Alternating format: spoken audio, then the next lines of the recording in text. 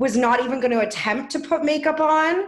So I'm like, I'll just take a big pair of sunglasses, throw them over my face, and do like a beach theme. Works for me. I bet it does, Dan Allaire. Look at you, all those bottles behind you. You knew who you were talking to today. This is exciting. Yeah, I actually put some thought into where I was going to sit for this thing, so I figured right in front of my bar would be the best option. It is. I mean, that's why I have this stupid plant here on The View. They're like, put something in your background. Look nice. Jenna's got an apron. Yeah. And a chalkboard. Oh. Oh. I'm single. I just want the boys to know that I cook. That'll work. Okay, so as usual, we're already off to chatting before we've even introduced our guest today. And we're talking to the fabulous and fellow stand-up comedian, radio host, who currently hosts the morning show on Fresh 104.5 in Cornwall. Please welcome Dan Allaire. Woo! Can I make one correction? Yeah, please. I host on Boom 1019. Oh, sorry. Well, there's so many of them. Shit. Yeah, Cornwall's the mecca of radio stations. I'm sorry. I knew that too. I don't know why I said Fresh. I was doing it off memory. I didn't even write it down. Jesse forgets how old I actually am. There's no way you want me on Fresh radio.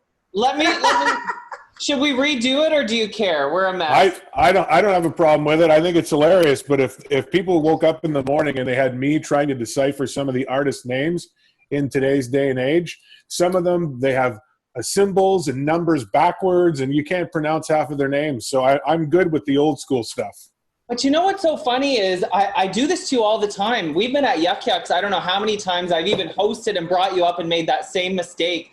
I don't know whether I just have bad memories with the word boom or what it is, but I do it all the time, and I apologize. So you are on Boom. What is it? What are the call numbers? 1019. Thank you. You just used to work for the company for a few years. And I blocked it out.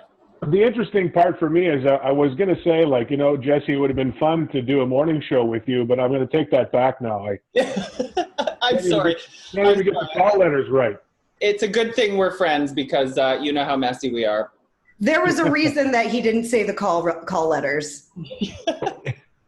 We'll leave it at that. Listen, it's quarantine. I'm drunk 20 hours a day, like most of you. Don't give me a hard time. Exactly. So, Dan, you actually, though, in quarantine, you are actually thriving. You have quit drinking. You're losing weight. This morning you were out for a hike or a bike ride. What's wrong with you? This morning's bike ride. So I've done, so far this week, I've done about 60 kilometers on my bicycle. I also have a motorcycle, but there's no exercise involved in that. And that's because quarantine 15 is real. And when we were going through the polar vortex from springtime and, the early days of this where you were, missing everybody and missing everything, and not that everything's back yet, but one morning I got up and actually put pants on to go to work, which wasn't happening. I was just wearing jogging pants like a lot of people. I'm not even wearing proper pants right now. I put my belt on and thought, ooh, okay. It's time to go back to real life where we weren't just, drinking craft beers every day and just ordering in every now and then because we didn't feel like cooking anymore. So the reality hit me pretty hard about 2 weeks ago. So I amended it. So I did not quit drinking. Yeah, I know this because it's going to be a short interview, right? Well, he quit drinking and he's getting healthy, so there's no point in having him here. But it's just a matter of trying to balance things back out because there was no balance for the longest time. It was just, I don't know if we were feeling sorry for ourselves, but my wife and I, we were just it was reckless abandon. We were just eating what we wanted and, drinking most of the time. And there were some weekends where, if I would have handed in my empties and kept them for the first 6 or 7 weeks of quarantine, I could have probably afforded a Lamborghini. Ooh. Should have kept drinking. Right? I think the reason everyone went into that mode is it felt like Christmas again. Everything's closed. You're just sitting there. You can't go anywhere. You don't have to put pants on if you don't want to. And I think everyone it fell into this, it's very hard to reset your life. And go into a new routine? I'm one of the lucky ones because some people are broadcasting from home. I'm actually in studio every day. So I'm still getting up at 4 o'clock in the morning. I'm still going into the station, but there's nobody else in that studio. We have a sister station, Fresh Radio. One of their announcers is in studio. So we're basically two people and the engineers there for about an hour in the morning just to make sure everything's working. And then he's gone. So there's nobody there. The hustle and bustle that used to start to emerge around 8 a.m. is not there. We are alone all day. So from, 4:45 in the morning until 9:30, 10 o'clock when I leave, I see nobody there. And my co-host is broadcasting from home. So he has the 3-minute commute downstairs to his home studio, and I'm still going in. So I consider myself really lucky to still have that routine, because weekends still actually mean something, which is a big deal because I still look forward to Fridays. Well, and you live in Cornwall, so isn't it a 3-minute commute anyways? You would think so, right? The one thing I always say, Cornwall is not big. I live just on the outskirts of town, so it's literally a 12 to 13-minute drive into work. There's no traffic when I go to work in the morning. But that's my big joke here. When there is construction somewhere and there is a delay, it's 3 red lights. I mean, you guys know traffic. Every time I hear someone complain about traffic in Cornwall, I just shake my head because it's not a real problem here. We have just been spoiled for that. So how is it working with your co-host? I'm really interested to hear your take on this, because even Jenna and I have been struggling with the new reality of taping over Zoom, and there's delays, and even when you get used to that, it's not the same as being in person. And I remember and from our radio days, we'd have a whole bunch of different hand signals, whether we needed to wrap the break up or stretch it out or whatever it is, and you can't really do that unless you see each other. So do you guys have a video going between you while you're on air? We've been on the air together for over 5 years, and while the facial expressions, my co-host's hand signals are the worst, so I don't miss those because I could never understand what the hell he was trying to tell me. It was tough at the beginning because there's a little bit of a delay between the signals, but we adjusted to that. It probably took us about 2 or 3 weeks, and I think we're in a little bit of a rhythm now, and it's all audio. We have the option if we wanted on the side to be on FaceTime so that we can kind of chat off the air and do that. But we have that capability through the board. So we kind of just make the best of it. And it just also means now I've got to do all of the work because I'm in the studio. So when the phone rings, I edit the phone call. If there's any production to be done for the show, I do the production because I can't, unless it's a social media post that he can do from home, everything else now falls on me. But again, I try not to complain too loudly because I know there are people out there who aren't working right now because of COVID-19, and I still have my job. So you won't hear me complain too loudly. I see we have another guest. And let's be honest, studios are giant cesspools anyway, so it's nice that there's only one of you in there at a time. Because there was always this illness that came at some point amongst the jocks and the on-air where one person got sick and then everybody got sick. So I think it's nice that it's just one per studio. One of the things I realized, because the other protocol we have now is we have wipes in the studio and everything gets wiped down. When you walk in, the first thing you do, grab a wipe, clean everything off. And the last thing you do, grab a wipe, clean everything off, because there are some other people who come in and out. And for me, the surface of the studio, when I look at it, when I'm done a shift, I can't believe how much surface that I touch in the span of 4.5 hours. I think we lost Jenna there, Jesse. Yeah, we did. She'll come back. So it's a disgusting environment, and you don't think about it pre-pandemic, but now that we're so, touch surface conscious and socially distant and trying not to spread anything, it takes me a good, 5 minutes minimum to wipe down before and after the show. And I guarantee you, if you had an expert watching me do it, they'd be like, he missed that, and he missed that, and he missed that. I don't know. I'm doing the best of my average Joe abilities to try and get those done. Yeah. I think it's good, though, that people are changing their thinking about cleaning in general. And like, you think of it now, whereas like you said before, you didn't. You just made me think of something funny. So as you know, we're both stand-ups and we've been at Yuck Yucks many times. And one of the first things I asked Howard, the owner of Yuck Yucks Ottawa, when all this germ stuff started, was how often has that mic been cleaned? And he said, never. Yeah. Never. Yeah. And I believe it. And how many times have you been on stage here and it's like you accidentally will touch it to your lip, or like one time I even remember I really like gave it a good lipping and I tasted it and I was like the most salty, like, and I was like, I'm going to get sick after this. And I didn't, but I just thought that is the gotta be most disgusting microphone in the world. And it probably still hasn't been cleaned. Well, if you gave it a good lipping, you could probably then boast that you've now kissed Tom Green and Derek Seguin and Jeremy Hotz and all of these famous comics. You've made lip contact with them now. Yeah, that's true. Maybe it'll bring me good luck. I don't know, but it's, you know what? The thing with you two and your stand-up career, and Jenna, her computer like overheated or something. She's gonna come back, but okay. You really started stand-up guns blazing, and it was going really, really well for you before all this. For both of us, if I do say so myself, but for you especially, it was like really taking off in a fast way. So you must really have felt like, oh, fuck. Yeah, that's probably the exact words I would use. Ah, fuck, because what was happening is I was doing what I really got to give Howard Wagman credit. Well, our friend Dylan Black introduced me to Howard, and I got in on a Wednesday night. It was my second time ever doing a club in Ottawa. My first one was the Comedy Nest in Montreal. And I had a great set that night. And I remember him saying, there's the Mike McDonald comedy competition. You should really think of signing up. You've got till tonight at midnight. It was that night.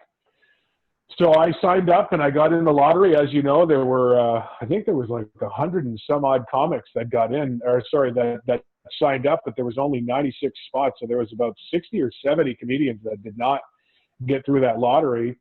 And I ended up making it right through to the final. I believe you were with me in the final too that night. So we both made the final. And that, I think, put me on the map. But I hustled, man. I did all the open mics I could get to, whether they were in Ottawa, Montreal, or Kingston. And I realized early that the only way you're going to get better, and I love it, right? I absolutely have a passion for it. So I was doing the circuit, and a lot of times I would drive an hour and a half to a show, do my 6 minutes for $0, and drive home, and then get up the next morning at 4 and go to work and do morning radio at the tender age of 46. Right.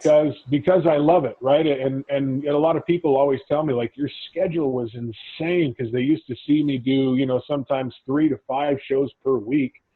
But the hard work was starting to pay off, as you mentioned. And right before this hit, in January, I was quite busy. I was really busy in February. And all of a sudden, these gigs were no longer just a mic time. They were paid gigs. I was traveling quite a bit. I was doing some satellite shows for Yuck Yucks, getting 15-minute spots, which was a lot of fun, which makes that hour and a half, 2-hour ride to the gig better, because, you get some time to stay on stage and really work your material. And then the pandemic hit, and the amount of shows that I had pre-booked for the end of March, because I was about to go to Mexico. I was literally flying to Mexico the day before they really shut everything down. And we canceled our trip to Mexico, and then here we are 11 weeks later, and I've left a lot of money and gigs on the table, but I miss the art form more than that. And again, I'm always careful about how I talk about how much I haven't made or done in comedy, because somebody like yourself, somebody like many of my comedy friends in Ottawa, that was their sole revenue, or one of, because you were also working at the club. Yeah. But like comedy was really taking off. Like I was supposed to open for Iman El Husseini in Toronto. She just did our podcast last week, and I had all kinds of gigs. I was going to host Cracking Up the Capitol at TD Place. Hugest crowd of my life. That was canceled. So I really feel your pain with all that. And it's just, I don't know if it's ever going to come back. Like, have you seen some of these stand-ups in Montreal performing for lineups or, oh geez, I can't remember who it was. Aaron Berg got a show, everybody brought their car, like a drive-in basically, and they hooked up a giant speaker. And I watched this whole like set and it was such a cool idea, but at the end of it, I was kind of like, it's really not the same. I've seen a ton of it. As a matter of fact, those comics in Montreal that performed for the liquor store lineup, if that's what you're referring to, those are all friends of mine. I know some of them well, and I know some of them just because we've been on shows together. And they admitted to me, trust me, even the fact that we were bombing a lot of times, because these are not people who paid to see a comedy show. They just wanted to go get a bottle of Jack Daniels, and the next thing you know, they're like, what's the deal with COVID-19? So it was just like, you know, you got this stand-up show out of the blue. I think it's a cool idea because you want that feedback. I've been asked to do a few things that are, you know, performances on Zoom to nobody, and, you know, but I'm a little hesitant. This stuff I like because we can interact. We're three people. We can all talk to each other. There's a little bit of interaction here. And I can see your face. Well, except for Jenna Hollywood there with her glasses. You can kind of tell if somebody's interested in what you're saying or responding when you can see their faces even on a small screen on a laptop. But I mean, you guys have done radio, so when you do your show, you can feel like you had a good show, but you won't really know sometimes until you run into somebody. It could be like a week later, be like, oh, remember that thing you did last week? Oh my God, it was awesome. So there's delayed gratification in radio, but with comedy, it's immediate. If you've got some good jokes and the crowd is into it, you feel it right away and you just hum along. I just don't know that would exist on a Zoom set, and I'm not ready yet to just start doing that. And there was a comedian who said, look, if you have people who've been dying to go and see you, they just haven't made the time, and their first experience is watching a 6-minute Zoom set, and there's no context, there's no crowd, there's no rhythm, there's no laughter, and they go, then they're never going to come to your show. So you may have lost some of your momentum. I would much rather wait in the background, because I believe that comedy is going to be big when we can gather again. I think comedy is going to be one of those things people are going to seek out and definitely do. And the shows in Edmonton, before they shut those clubs down, were selling out like hotcakes, and they were adding shows, but then the health units there shut the comedy club down again for no reason. They just somehow didn't put them on the same playing field as the restaurants that were open.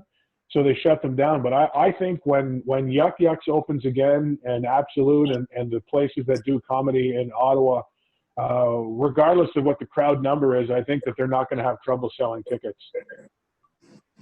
Yeah. I think everyone can use a laugh right now. Yeah. Is my mic okay? Can you guys even hear me? Because now I'm on my phone. Okay. Yeah, I can hear you. What happened? Your computer overheated? I don't know. It just stopped, and now I can't get back onto the Zoom meeting. Ugh. Zoom, eh? This is the problem. We all do the best we can with this technology. The Zoom comedy show was one that I thought might work because you can see everybody's face in a little box. I don't know. I haven't tried it yet either. I did an Instagram live one, but all you could see then is the red hearts floating up. Oh, right. It's akin to the people, there's some people talking about the drive-ins, right, where people either flash their high beams or honk their horn. But I think a horn honk would be like a heckle, right? Like the high beams might tell you that things are funny, but if the people are like, how do you get you through your set if people are honking their horns? So there's some interesting ideas out there. I'm not saying any of them are bad, but I just don't know if I'm ready to go and take a PA system and set up at Canadian Tire or Walmart in Cornwall in the parking lot and just start ripping comedy. Yeah. It's all about energy too. I mean, not to get too kumbaya, but it's very similar to theater that way, where you need to feel the energy in the room. For me anyway, and you can't really do that on a screen. I'm not a green room guy. When I do a show with other people, I like to watch the host. I like to watch all the comics, and I find that it helps get you ready for your set. And, you know, you read the room. You see what's funny. You see what they're laughing at. Do they like it a little bit more blue, or are they liking the stuff that's a little cleaner? And, I mean, I've seen myself minutes before I go on scratch something out and put something else in, and you know, very few times I regret it, but you wouldn't know that if it was just little boxes on a screen that were hopefully laughing. But again, is somebody that just wants to do stand-up comedy going to pay the premium Zoom price? I don't know how many squares you can put on one of these screens for a crowd. Yeah. Now, unlike Jenna and I, you are quarantined with your wife. Not that Jenna and I would be quarantined with your wife, but we don't have wives. She wouldn't mind. You guys would be entertaining for sure. How is that going with Miss Colleen? Celine. Oh, Celine. Oh, my God. I'm winning today, aren't I? Why do I say Colleen? I know Celine. What? It's okay. That's the closest, though. I will say this. I'm not just quarantined with my wife.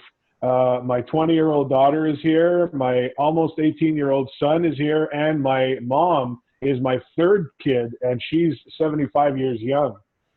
So we got the Brady Bunch here. We're a bunch of people. Was your 20-year-old daughter, did she come back from school, or has she always been there?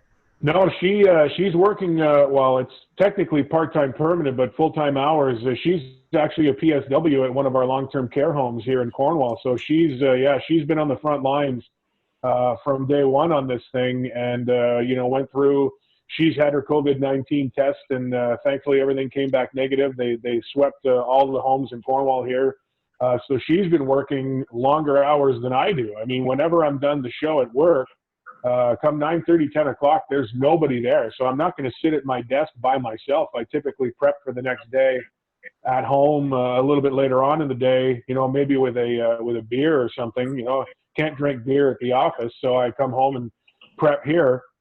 My son you can't was drink beer at the office? Well, yeah, when no one's looking. I mean, if I was at work right now, I could open my desk cupboard and you would see a couple of varieties of whiskey in there for, those special shows where you kind of need a little shot of something, either to celebrate or to drown the sorrow. But my son was doing a full-time co-op with a plumbing company and loving it, and he's not going to be able to complete that. So we've got some searching to do for him to get his apprenticeship now. But you know what? We're lucky. We're a family that gets along, and we've learned some new card games. I feel like I'm coming into my actual age by learning how to play I recently learned how to play cribbage. Yeah, there's a lot going on in cribbage. I'll tell you, it took me a little while. I played a lot of online games, but I'm finally a crib player. We've played Wizard. We learned how to play a game called Garbage with cards, which would eat up hours at night. After supper, we'd clear the table and just play board games and card games as a family. So again, on the big picture for me, still able to go into work, still with my family. Everyone here gets along. We have now that the weather is better, we have a nice screened-in porch in the back. So we've really, I can't complain too loudly. Do I miss everybody? Oh my God! Like I've hugged 4 people other than my own family in the last 11 weeks, and Jesse will tell you I'm a hugger. Like I'm an affectionate kind of guy. When I see people, I like to hug people, men, women, it doesn't matter. I miss it dearly when I see people I know in public. It's always like, yeah, pretend I hugged you because that's what I'd like to do right now. But unfortunately, it's faux pas. How are you going to cope? Because I was actually talking to someone about this today. I don't think hugging is ever going to make a comeback. Well, and I've been thinking a lot about that because I had this conversation with somebody and they said, I don't know that I'm going to be comfortable being hugged for a little while. I mean, maybe eventually, because I think humans need that contact. But Jesse will tell you, every time I walk into Yucks, when I'd see him, it wasn't a handshake. Hello, sir, how are you? I'd give him a big hug. It was always good to see him. Well, they're even saying the handshake's dead. You know, one thing I am pretty happy about this being dead is the 2 kiss. The mwah, mwah. See, I'm French. I do that. I have nothing against that. I just don't know how to do it properly. I'm from the West Coast. We don't do that. So, like, I always go the wrong way, and I end up kissing the person on the lips, and then it's really awkward because it's my aunt's husband, and I'm like, this is fucking weird. So I'm happy about that.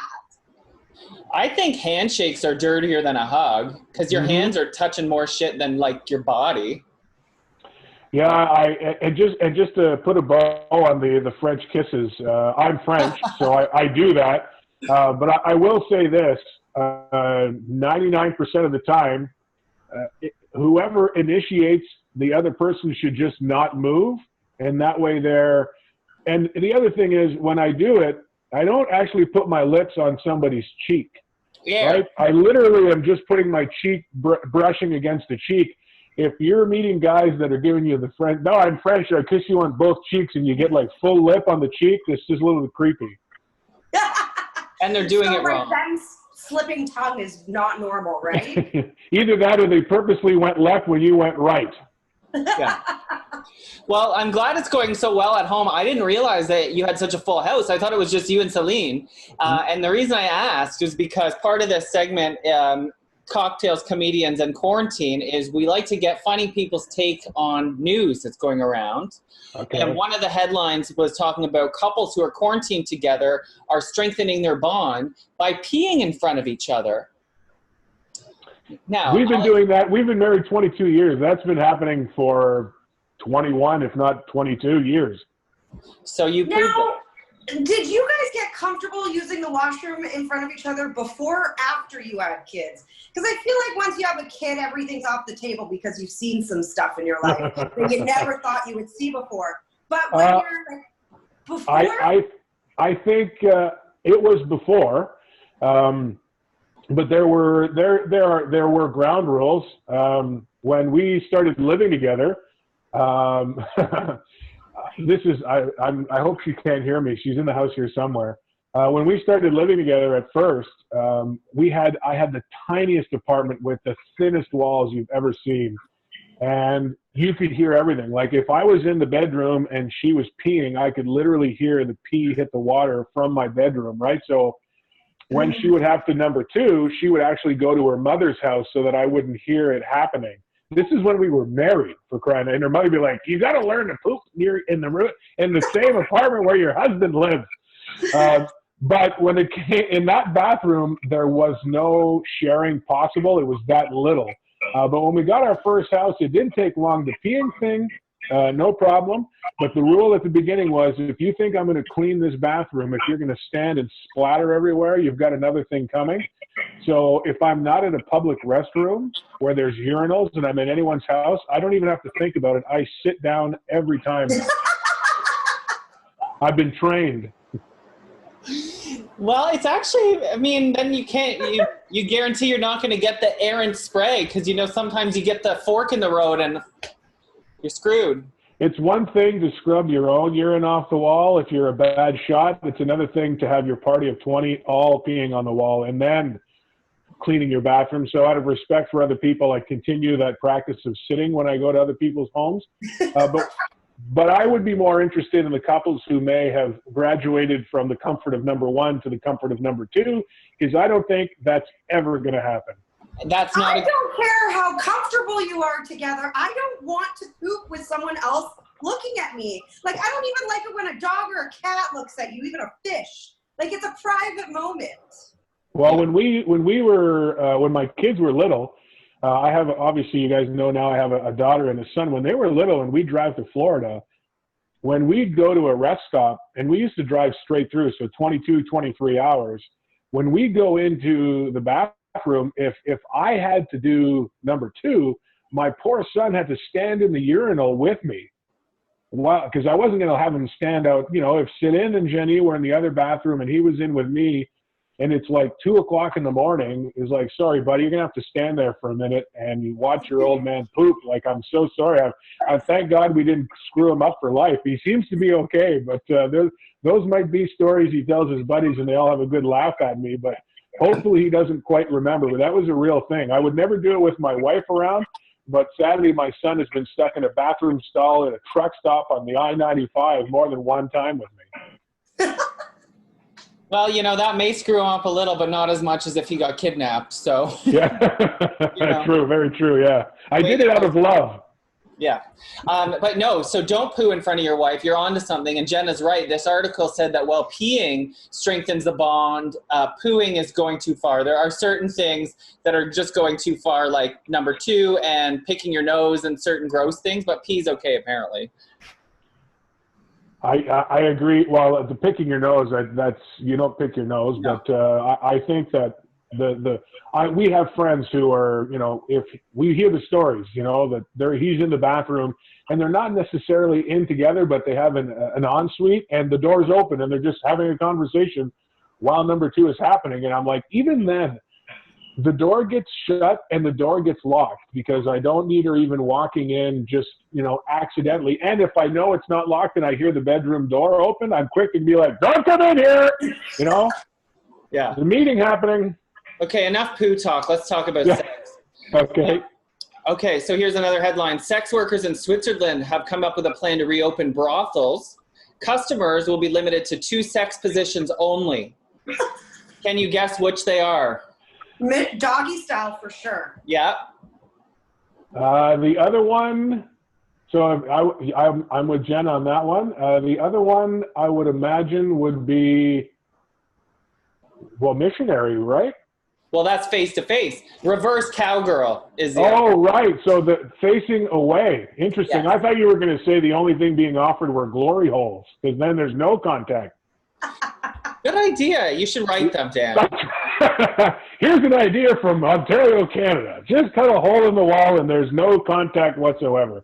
Or make the hole in a plexiglass so you can still see who it is, but it's in the plexiglass, so the only exposure, and that, you know, they can Purell your unit, and that way there all the COVID's gone. I'm telling you, if I owned a plexiglass company right now, we'd be rolling in dough. Because as like things are opening back in BC, I got to witness some of it. And everything's plexiglass. So you're onto something there. It would be like when you sit down for a manicure, you have a plexiglass between, and you just stick your little fingers through. You'd just be sticking other things through. Mm-hmm. The other finger, the 11th one. Right. Yeah. Okay, here's another one.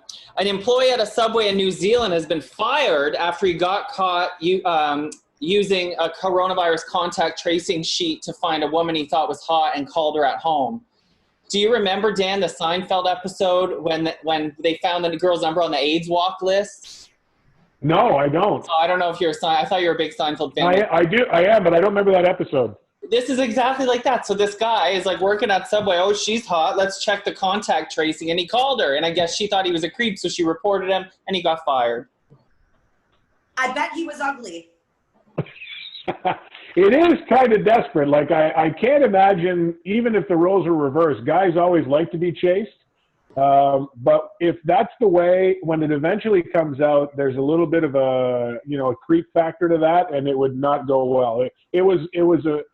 It's just preempting the inevitable. The reason I said I know he's not attractive is because if an attractive man did that and hunted her down, she would be flattered and be like, oh my gosh, this hot guy went through all that trouble just to get my phone number. But if he's creepy and weird, then it's creepy. The very fine line between hot and creepy. Very fine line. But you know what I'm curious about this story is, how did she know he was ugly? Did she remember exactly who he was, or did she first entertain him and was like, oh, send me a pic, and then was like, ew, I'm telling your boss? Yeah, he just put his sausage in a bun and sent it to her. She probably remembered him too. It was like, yeah. He was probably like, hey, I'm that guy from the COVID testing. You're negative, but also can I get your phone number? Yeah, she wanted the 12-foot, the 12-inch, and he only had the 6-inch, so she wasn't interested. That's what happened there, I think. Yeah. Can you come in for another swab? Okay, here's another one. Bigfoot hunters are worried that Bigfoot is susceptible to the virus, so they're sending out a message that you need to wear a mask if you're going hunting for Bigfoot. You don't need to hunt for Bigfoot. We're talking to him right now. His name's Dan Allaire.